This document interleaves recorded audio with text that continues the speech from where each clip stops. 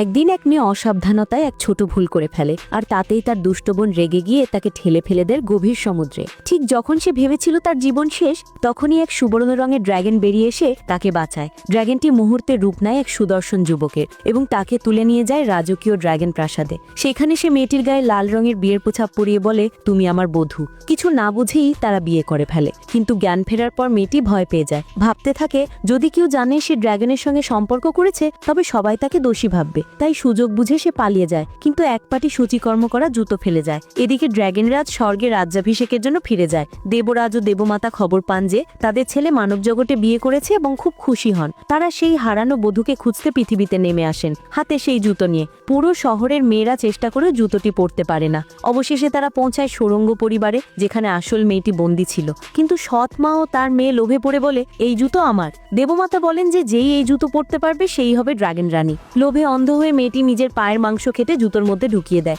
রক্ত ঝরলেও সে হেঁটে হেঁটে দেবরাজের সামনে গিয়ে দাঁড়ায়, আর সবাই ভাবে সেই ড্র্যাগন রানী। ঠিক তখনই আসল মেয়েটি ছুটে এসে বলে, ওটা আমার জুতো। কিন্তু দেবরাজ রেগে গিয়ে আঘাত করে আদেশ দেন, তাকে স্বর্গে নিয়ে যাও। অন্যদিকে সৎ মায়ের মেয়ে সত্যিকারের ড্র্যাগন রানীকে মেরে ফেলতে চায়। সে এক আঘাতে তাকে রক্তাক্ত করে ফেলে, কিন্তু হঠাৎ মেয়েটির পেট থেকে সোনালি আলো বেরিয়ে এসে ঢাল তৈরি করে। এই ছিল অনাগত ড্র্যাগন শিশুর সুরক্ষা শক্তি। সে হাঁটু গেড়ে কেঁদে অনুরোধ করে, আমার শিশুটিকে বাঁচিয়ে দিন। ঠিক তখনই স্বর্গের এক দেবতা সব দেখে ড্র্যাগনরাজকে খবর দেন, আপনার আসল স্ত্রী বন্দী এবং সে আপনার সন্তানকে ধারণ করেছে। ড্র্যাগনরাজ তখন বুঝতে পারে তার প্রকৃত স্ত্রীকে মিথ্যে অভিযোগে বন্দী করা হয়েছে। সে চোখ বন্ধ করে জাদু দিয়ে দেখে তার স্ত্রী ও অনাগত সন্তান বিপদে আছে। ড্র্যাগনরাজ ক্রোধে স্বর্গ কাঁপিয়ে তোলেন। দেবসেনা পাঠান স্ত্রীকে বাঁচাতে, কিন্তু তখনই সৎ মা আর মেয়ে শিশুটিকে হাতে নিয়ে বলে, নিচে ঝাঁপ দাও।